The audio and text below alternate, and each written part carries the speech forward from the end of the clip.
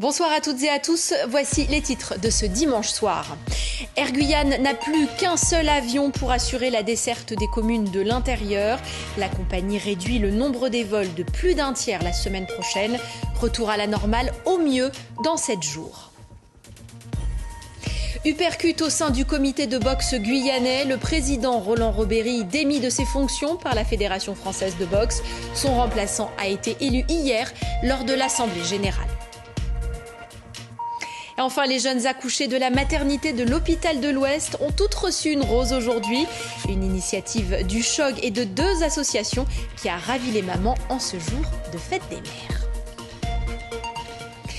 Plus qu'un seul avion d'Air Guyane pour assurer les dessertes vers les communes de l'intérieur. Le deuxième appareil en service a subi un problème moteur hier. En attendant les réparations, les vols sont perturbés ou suspendus pendant au moins 7 jours. Le reportage de Laurent Marot et Abel Parnasse. Samedi, Air Guyane constate une puissance insuffisante sur les moteurs d'un appareil de ce type, un LET 410. Impossible de décoller. La compagnie n'a plus qu'un seul avion pour la desserte des communes de l'intérieur. Résultat, 2 vols annulés hier vers Maripasoula, les 20 passagers lésés étant répartis sur d'autres vols jusqu'à mercredi, et la compagnie revoit son programme à la baisse la semaine prochaine. Pour Maripasoula, on passe de 21 à 14 vols par semaine, pour Saint-Laurent-Grand-Santi de 10 à 7, Saül de 10 à 4, Camopi reste à 3 vols hebdomadaires. Des passagers sont avertis de l'annulation de leur voyage. D'élite devait partir lundi matin pour Maripasoula. Et on changé les vols pour le mois d'octobre et j'attends toujours. Et toujours des problèmes d'Air Guyane. Nous qui travaillons à Maripasoula avons besoin d'aller pour faire notre travail, même pour venir ici à Cayenne, c'est la difficulté de toujours. La compagnie a finalement trouvé une place pour cette passagère lundi à la mi-journée. Joint ce dimanche, Christian Marchand, directeur d'Air Guyane, précise que tout est mis en œuvre pour rétablir le service au plus vite. Un spécialiste moteur venu de République tchèque, où sont construits les LET, est attendu pour tenter de régler le problème, et 2 moteurs devraient arriver mercredi ou jeudi. Il faudra ensuite au moins 2 jours pour monter ces moteurs sur l'avion cloué au sol. Retour à la normale au mieux donc d'ici 1 semaine, mais même avec 2 avions, la desserte de l'intérieur reste fragile. Un 3e appareil, un Twin Otter, est en grande visite chez le constructeur au Canada. Retour attendu en Guyane début juillet.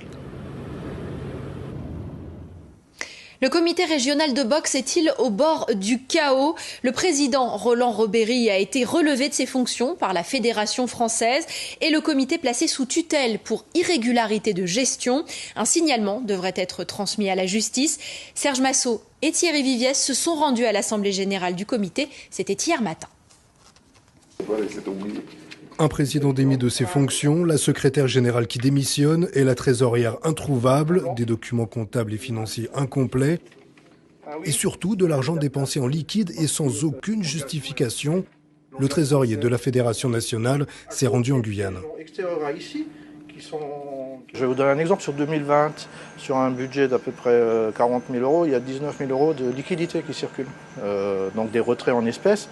Et en face, on n'a pas de pièce justificative. On va déposer ou un signalement ou peut-être même une plainte auprès du procureur de la République à l'encontre de M. Robéry. Pour quel motif exactement? Non-justification de dépenses. Qu'ils expliquent sur ses comptes ce qu'il a fait de l'argent.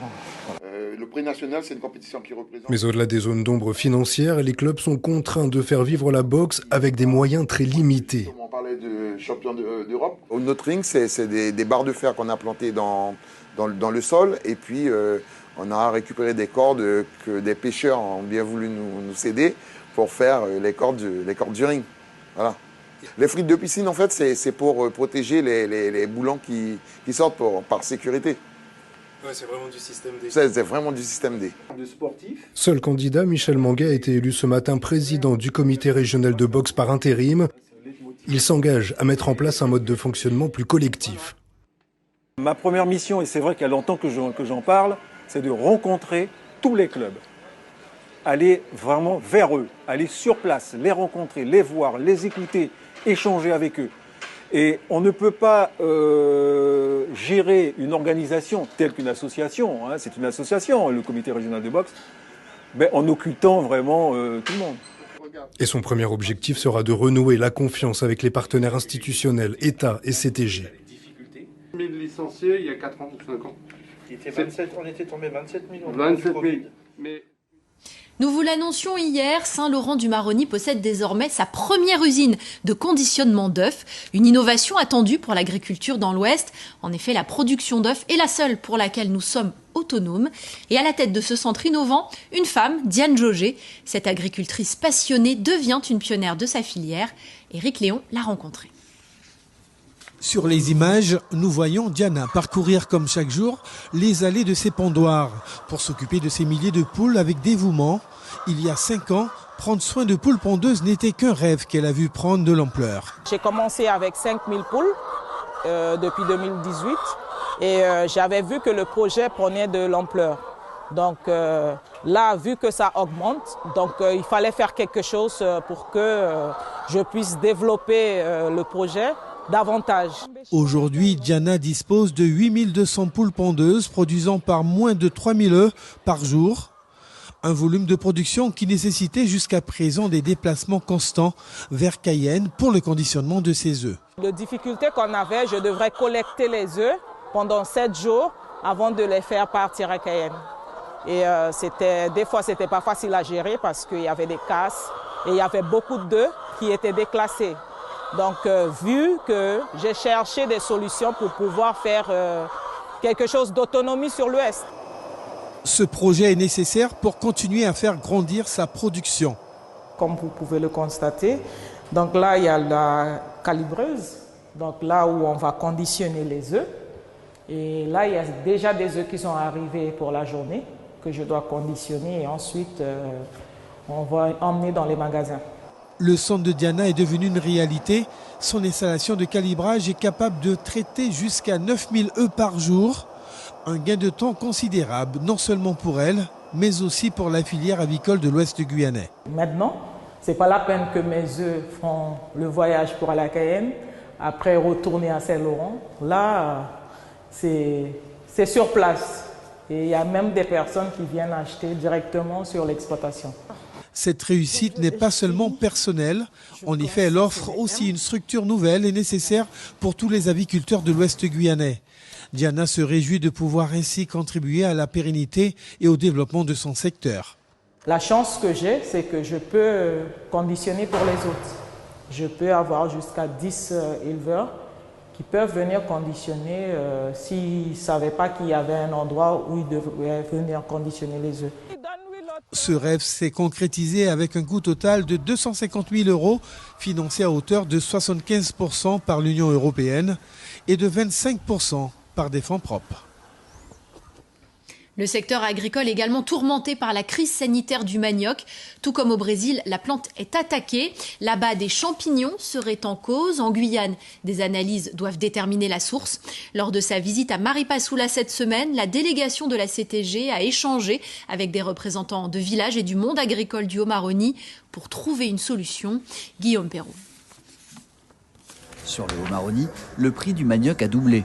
À Maripasoula, le bidon de couac est passé de 60 à 130 €. La crise sanitaire du manioc prend de l'ampleur et perturbe le quotidien des habitants. Peter Wagno, habitant du village Tidamali, a perdu la moitié de sa plantation. Je ne sais pas ce que je peux faire. Est-ce qu'il y a des gens d'agriculteurs pour nous aider il n'y a pas que moi, il y a tous des villages qui sont contaminés par cette virus. Je ne sais pas si c'est virus ou pas.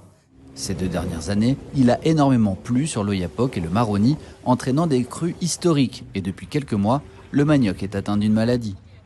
Donc on a été alerté l'année dernière par des agriculteurs, sauf qu'en fait, avec le climat qui était vraiment très particulier, on n'a pas su tout de suite dire si c'était lié du coup à la rémanence des pluies dans les sols ou aux inondations du fleuve ou à des maladies. On avait juste émis cette hypothèse. Cette année, ça a recommencé. Et donc là, on peut se dire que comme les symptômes se reproduisent vraiment identiques, et qu'en plus il y a eu des alertes du côté du Brésil et maintenant aussi du Suriname, qu'effectivement, il pouvait y avoir un problème qui pouvait être lié à un pathogène, et donc on essaye d'identifier. Si les experts brésiliens privilégient la piste d'un champignon, chez nous, des analyses doivent être réalisées pour déterminer la nature exacte du problème. Champignons, virus, bactéries, insectes, le diagnostic est très attendu. On va faire des analyses de boutures dans des différentes zones de Maripa, Grand Senti et les autres communes touchées pour savoir réellement à quel endroit on a des boutures saines, à quel endroit on a des boutures malades pour les multiplier surtout les boutures saines au niveau du pôle agricole, les diffuser afin que ce problème-là il soit réglé. Pour éviter la dispersion, il est recommandé de couper et brûler les parties malades, de bien nettoyer ses outils et ses bottes avec de l'alcool ou de la javel. Et aujourd'hui, impossible de passer à côté de la fête des mères, un moment particulier, notamment pour les nouvelles mamans. Au centre hospitalier de l'Ouest guyanais, les pensionnaires de la maternité ont reçu des fleurs. Une initiative du CHOG en collaboration avec les associations Femmes en Devenir et Oumang Futama. Les mamans étaient émues et ravies. Voyez le reportage d'Éric Léon. Dans le couloir de la maternité, c'est un homme qui pousse le chariot aujourd'hui. Il n'est pas rempli de médicaments ou de matériel de soins, mais de bouquets de roses, tous destinés aux mamans de cette maternité. Ernie, maman de 2 enfants, ne s'y attendait pas. Ça fait plaisir parce que ça se voit qu'ils ne nous ont pas oubliés, qu'aujourd'hui c'est une occasion spéciale, même si c'est tous les jours la fête des mères, donc on dit que c'est un jour spécial aussi pour tous les mamans. Tania a aussi droit à son bouquet de roses. Elle vient juste de donner naissance à son premier bébé. Elle savoure encore la joie d'être maman. Ça vous fait quoi d'être maman aujourd'hui? Ça me fait plaisir de jouer avec mon enfant, de les caresser, de les chouchouter et de l'attendre de m'appeler maman. Ça me fait vraiment contente. Rose pour la journée. Le personnel n'est pas oublié comme cette pédiatre devenue maman il y a seulement 7 mois. Un petit geste qui nous touche et puis voilà, même si on est en travail en ce jour, voilà, ça fait toujours plaisir de recevoir un petit cadeau comme ça au travail, ça nous touche. Une intrusion peu habituelle qui surprend le personnel avec le sourire. Un peu surprise? Un petit peu, mais c'est une super bonne initiative et je pense que les dames elles vont être très contentes. 50 bouquets de roses vont être distribués aux mamans qui ont donné naissance, ainsi qu'une partie des mamans faisant partie du personnel.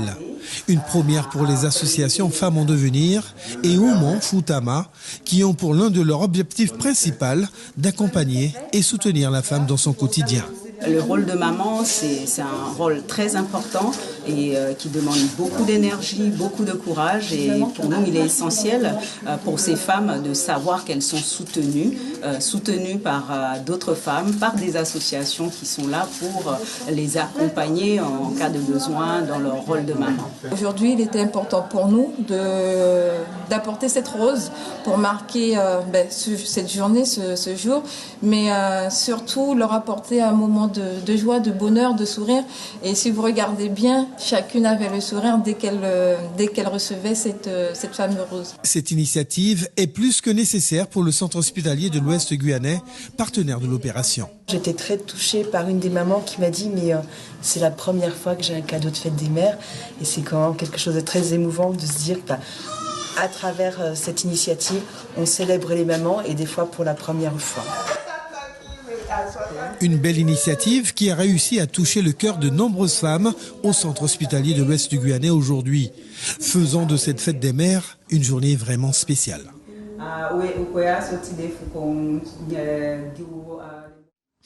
La fête des mères, c'est peut-être tous les jours, mais c'est aussi à tous les âges. Voici un portrait croisé de mères de plusieurs générations, toutes de la famille Pindar. Serge Massot et Thierry Viviès ont partagé un moment convivial avec elle. Regardez. J'ai mes enfants ici et j'ai ma fille en France. Donc elle m'a dit, maman, je t'appelle tout à l'heure. Donc elle va pas tarder à m'appeler là. Ce dimanche a commencé pour Micheline par l'impatiente attente d'un coup de téléphone qui est vite arrivé. Ah, ça y est. Ah, Tati Magali. Allô? Eh, ma chérie, comment ça va, mes petits? Je t'appelle pour te souhaiter une bonne fête des mères. Merci, ma chérie. Je vais partir chez grand-mère, là. Ben, on est maman à tous âges. Maintenant, je vais voir ma maman. Entre 2 générations, Micheline enchaîne avec bonheur la fête des mères multiples.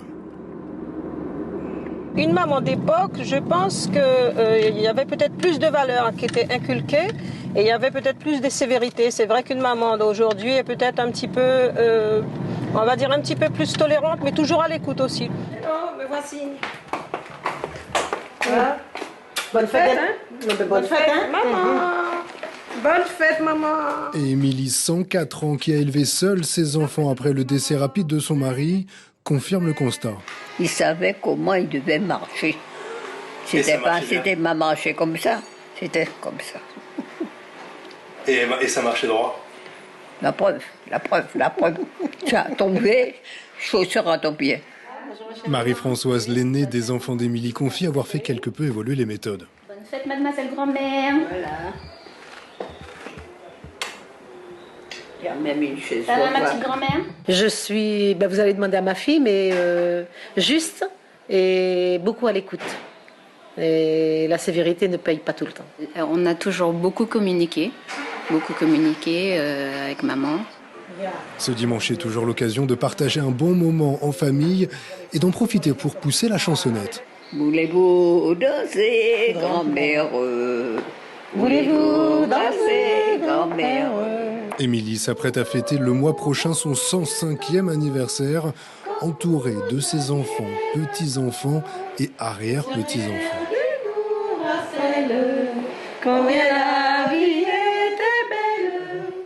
Une très belle fête à toutes les mamans de Guyane.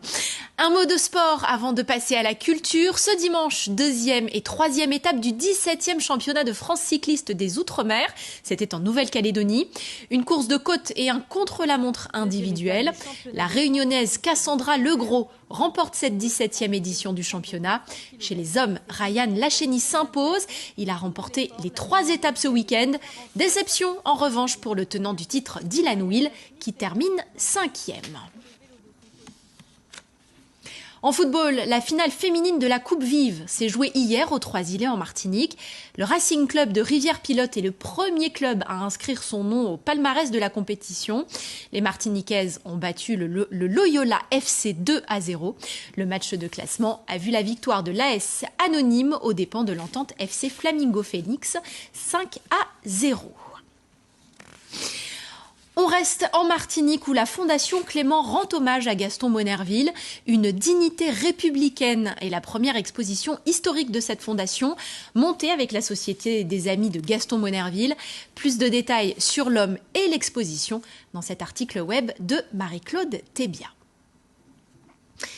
Demain, c'est la journée mondiale de l'environnement et pour vous mettre en condition, Omayuri vous emmène dans les sous-bois de Saül.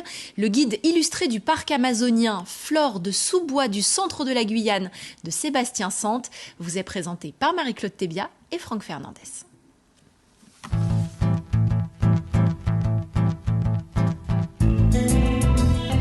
Bienvenue dans Omayuri. Je vous propose aujourd'hui de vous aérer, de vous déconnecter et de partir dans les sous-bois de notre belle Guyane. Flore de sous-bois du centre de la Guyane de Sébastien Sante vient tout juste de sortir. Il s'agit d'un guide exceptionnel édité par le parc amazonien de Guyane. Il dresse un inventaire des espèces de plantes recensées en forêt. La Guyane, on ne le répétera jamais assez, est riche. Ce guide Flore de sous-bois du centre de la Guyane de Sébastien Sante est le résultat de plusieurs années de recherche au cœur de la forêt guyanaise. Un travail minutieux, rigoureux, détaillé. L'auteur a choisi Saül et le cœur de la Guyane pour mener ses travaux de recensement. La forêt guyanaise s'étend sur 96% du territoire avec plus de 1300 essences d'arbres. Elle est unique au monde. Dans les sous-bois existent des plantes qui font le bonheur de chercheurs venus du monde entier. Sébastien Sante est l'un d'eux. Dans son guide, 3000 espèces ont été répertoriées. C'est important car malgré l'intervention depuis des décennies de plusieurs équipes internationales qui ont permis la publication de plusieurs ouvrages de référence, un guide destiné au grand public manquait. Ce livre réactualise donc les données déjà existantes et traite l'ensemble de la flore. C'est en cela que ce guide est un ouvrage de référence précieux. Il complète le premier atlas émis en 2018. Le travail de recensement, d'illustration, d'exploitation des données a été effectué durant 3 ans. Pour réaliser ce guide, Sébastien Sainte, botaniste du Parc national, a inventarié et photographié des milliers d'espèces floristiques avec plus de 700 images. Il offre une exploration de cette fascinante palette végétale, des périodes de floraison à la période de la fructification ou encore au statut de protection. C'est une véritable promenade dans les sentiers, les layons qui est proposée. Ces plantes sont offertes et apparaissent dans toute leur beauté. La beauté cachée de notre belle Guyane, il suffit juste de la regarder. Nous retrouvons notre coup de cœur du libraire avec Marc Aurel. Quel est le livre que vous avez sélectionné pour nous? Alors ce livre, c'est Peau noire, masque blanc de Frantz Fanon. Alors c'est un livre qui est un petit peu hors actu, mais qui résonne tout particulièrement en ce moment, dans cette période de commémoration de l'abolition de l'esclavage. Alors c'est un texte qui a été écrit par le psychiatre et essayiste martiniquais Frantz Fanon en 1952 et ça constitue encore aujourd'hui l'une des analyses les plus fortes sur l'aliénation mentale créée par la colonisation. Dans ce texte, écrit alors qu'il n'a que 24 ans et qu'il fait lui-même l'expérience du racisme dans les milieux intellectuels parisiens, Frantz Fanon mêle plusieurs motifs et tonalités et il convoque psychologie, philosophie, linguistique et littérature en faisant feu de tout bois. Ce qui donne naissance à ce petit traité saisissant d'émancipation humaine et collective. À relire ou à lire, absolument. Merci Marc Aurel. Nous nous retrouvons la semaine prochaine. Belle soirée et une bonne fête à toutes les mamans et particulièrement la mienne.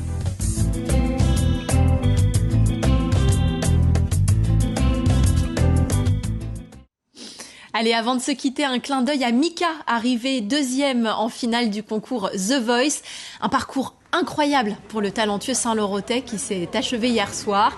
Juste après l'émission, la famille s'est rendue à la Fan Zone, place du marché. Elle a été organisée le matin même par Olivier Maignan et plusieurs partenaires. La mère de Mika a notamment pu rencontrer Sophie Charles, la maire de la ville. Leur réaction à toutes les deux au micro de Terence Moy, juste après l'annonce des résultats. Ah oui, c'est la fierté, hein. Arrivant 2e, vraiment ça... Il n'a pas gagné, mais 2e place, c'est beaucoup, c'est beaucoup. Oui. Parce qu'il y avait 4, il n'est pas arrivé au 4e place, au 3e place, il arrive au final. Donc ça me touche beaucoup, c'est la fierté. Oui, je suis très très fière de mon fils. C'est exceptionnel ce qu'on voit aujourd'hui parce qu'un jeune de Saint-Laurent qui par le fait simplement qu'il aime chanter puisse arriver jusqu'à ce niveau de compétition. En finale, pour moi, même s'il n'a pas été le premier, il a gagné parce qu'il a gagné le respect de tous les autres, le respect des coachs, le respect de tout le monde musical et puis surtout c'est un exemple aussi pour tous les jeunes de Saint-Laurent. Aujourd'hui, Saint-Laurent est connu dans une situation extrêmement difficile où on pense que rien n'est possible. Il est justement là pour nous montrer que c'est possible. Et encore bravo à Mika. C'est la fin de cette édition. Merci d'avoir été avec nous. Retour de l'info demain matin dès 5h en radio avec l'équipe des matinales ou on continue sur notre site internet et l'application La Première. Demain soir, vous retrouverez Lélia Chérubin-Jeannette ici même dès 19h. Très belle soirée sur nos antennes et à bientôt. L'info continue sur les réseaux sociaux et sur notre site internet lapremière.fr.